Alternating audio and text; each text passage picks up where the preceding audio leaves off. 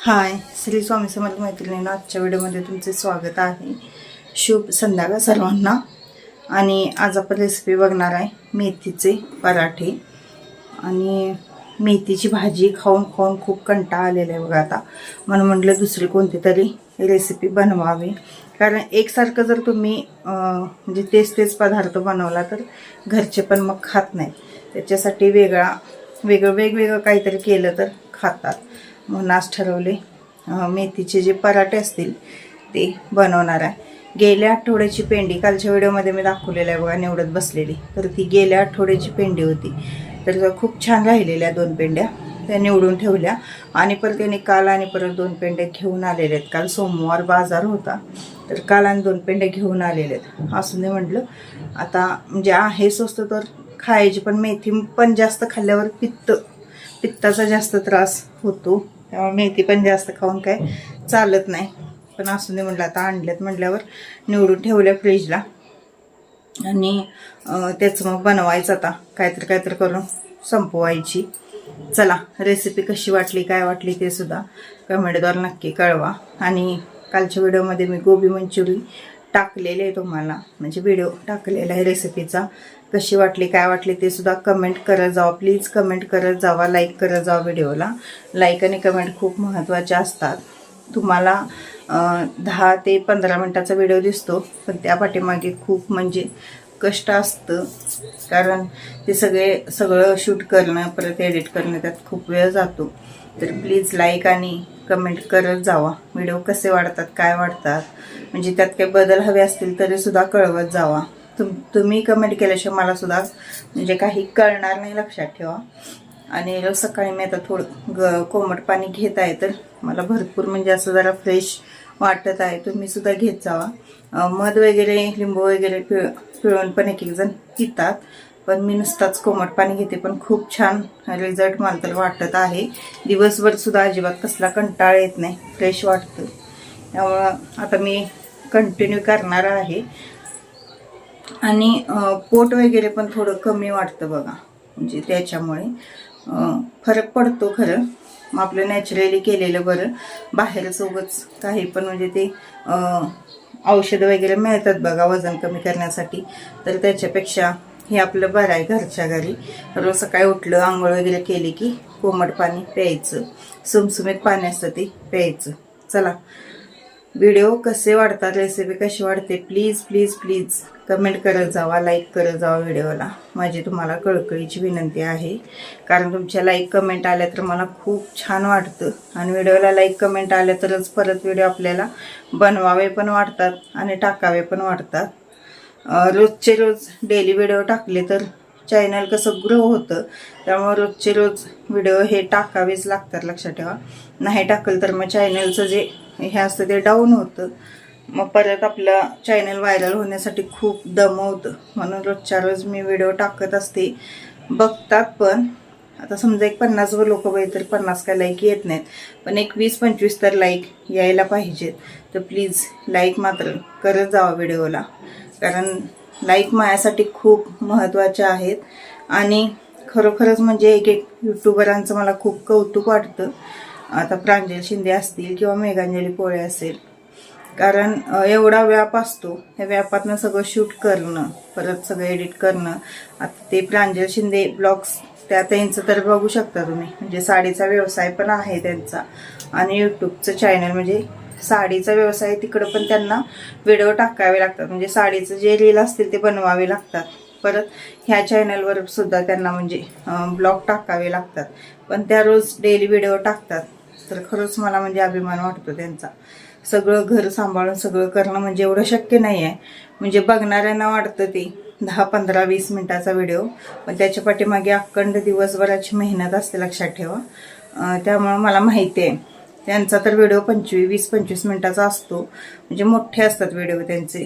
त्यामुळं त्यांना तर माझ्यापेक्षा जास्त मेहनत लागणार करायला, आणि व्हिडिओ छान असतात त्यांचे.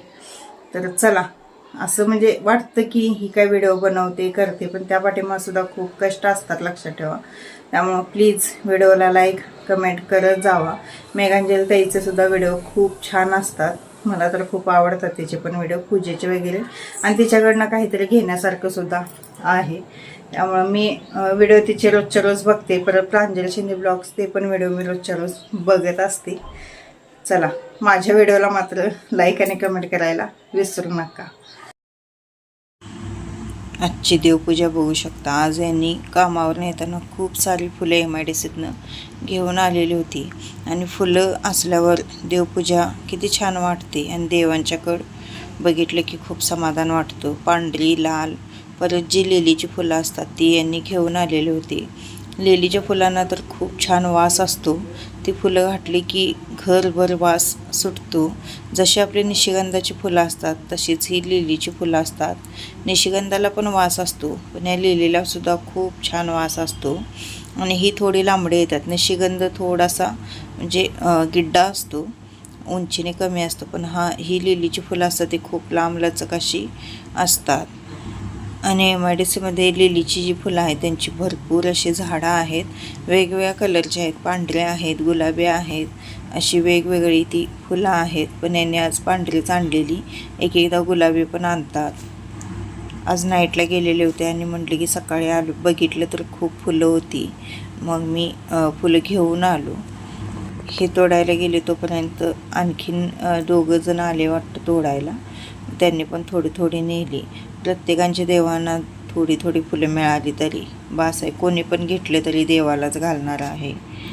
आणि तसं तर आमच्या देवांना काही रोजच फुलं नसतात, पण ज्या दिवशी फुलं असतात त्या दिवशी म्हणजे देवघर खूप छान प्रसन्न दिसतं. मेथी अशी चिरून घ्यायची, व्यवस्थित अशी चिरून घ्यायची. एकदम बारीक पण नाही आणि एकदम मोठी पण नाही, अशी चिरून घ्यायची.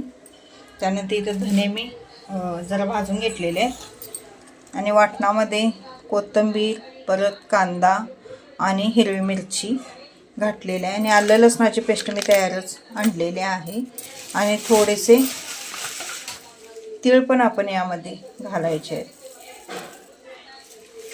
तीळ आणि जिरे दोन्ही मिक्स आहेत, म्हणजे धने होते ते सुद्धा आपण यामध्ये घालून घेऊया.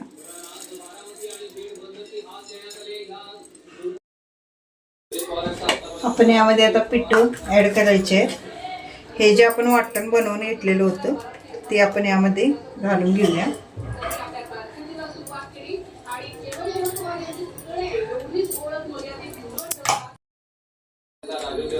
आलं लसणाची पेस्ट घालूया आपण.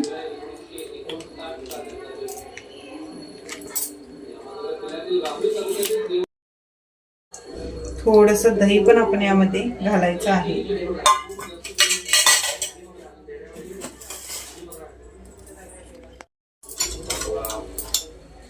थोडीशी हळद पण घालायची.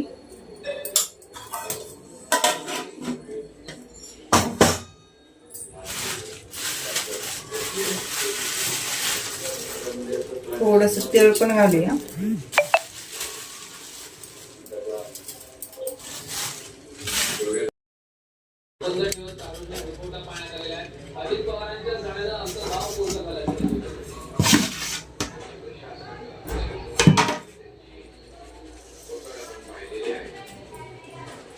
गव्हाचं पीठ घातलेलं आहे.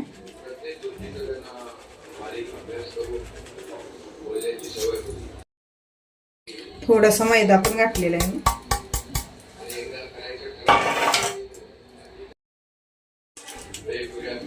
2 चमचे बेसन पीठ घालूया.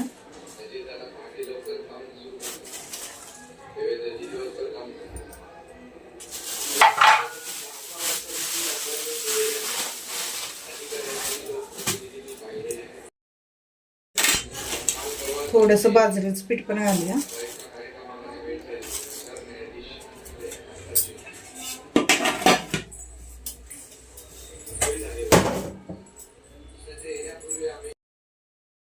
चवीनुसार मीठ घालायचं आहे. हे व्यवस्थित आता सगळं मळून घ्यायचं आहे. यात तुम्ही लाल तिखट घातला तरी सुद्धा चालेल, मी काय घातलं नाही खरं.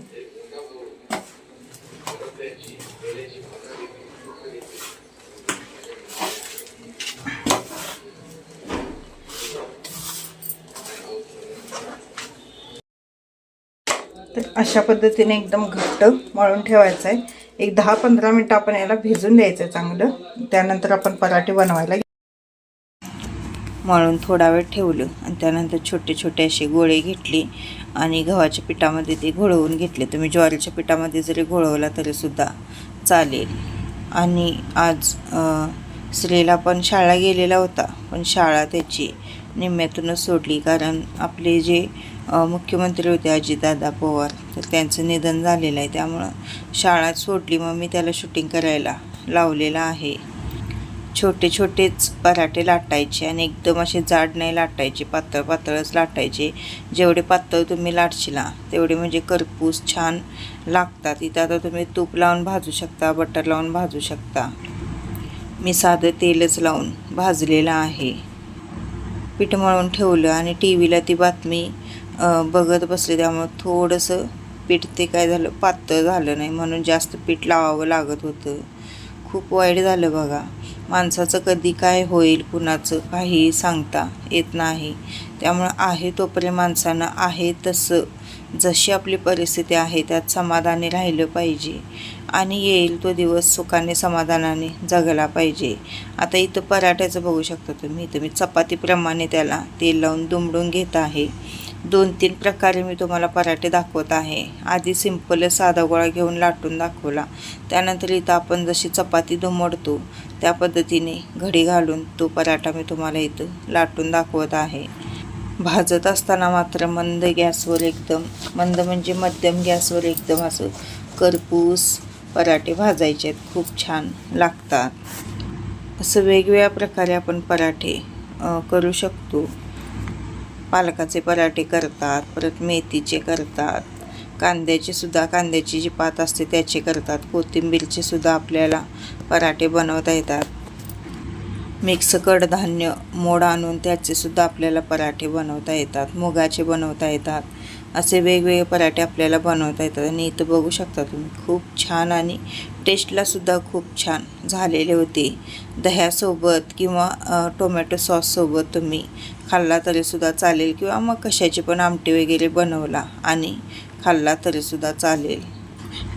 इथं आता मी तुम्हाला आणखीन एक दुसरी पद्धत दाखवत आहे. अशी प्लॅस्टिकची पिशवी घेतलेली आहे, तिला मी मधनं कट करून घेतलेला आहे आणि बरोबर मध्ये तेल लावून घेतलेला आहे, गोळा ठेवलेला आहे. परत त्याच्यावर दुसरा जो भाग होता प्लॅस्टिकच्या पिशवीचा तो घातलेला आहे आणि असं व्यवस्थित प्लॅस्टिकची पिशवीने मी ते पराठा लाटून घेत आहे. यालासुद्धा म्हणजे खूप सोपं पडतं आणि एकदम पातळ पराठासुद्धा यामध्ये होतो. थोडे असे पराठे केले, थोडे तसे केले, असं वेगवेगळ्या पद्धतीने मी पराठे बनवले. अजितदादांना विमानात बसताना असं वाटलं असेल का की या विमानामध्येच आपला शेवट होणार आहे, किंवा या विमानाची जी प्रवास असेल तो शेवटचा आपला प्रवास असणार आहे. किती एक अर्ध्या तासात पूर्ण आयुष्य त्यांचं संपलं. पण माणसाचं कसं असतं, सत्ता आहे, पैसा आहे, मनुष्यबळ एवढा आहे, सगळं आहे, पण सगळं असून पण आलेली वेळ माणसाची जात नाही. असं म्हणतो आपण, पैसा असला की माणसाचं म्हणजे काही पण अडचणी येत नाहीत किंवा काही होत नाही.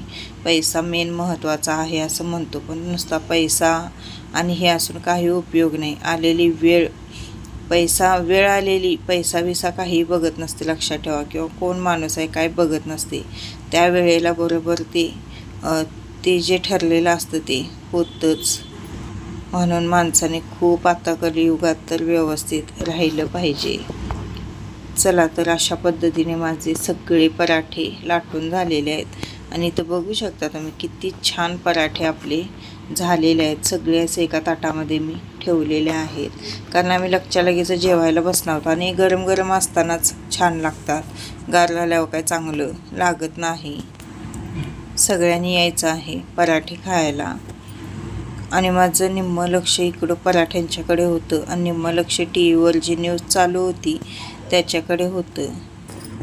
थोडं लाटायचं, थोडं आत जायचं आणि परत थोडं बाहेर जाऊन टी व्ही बघायची.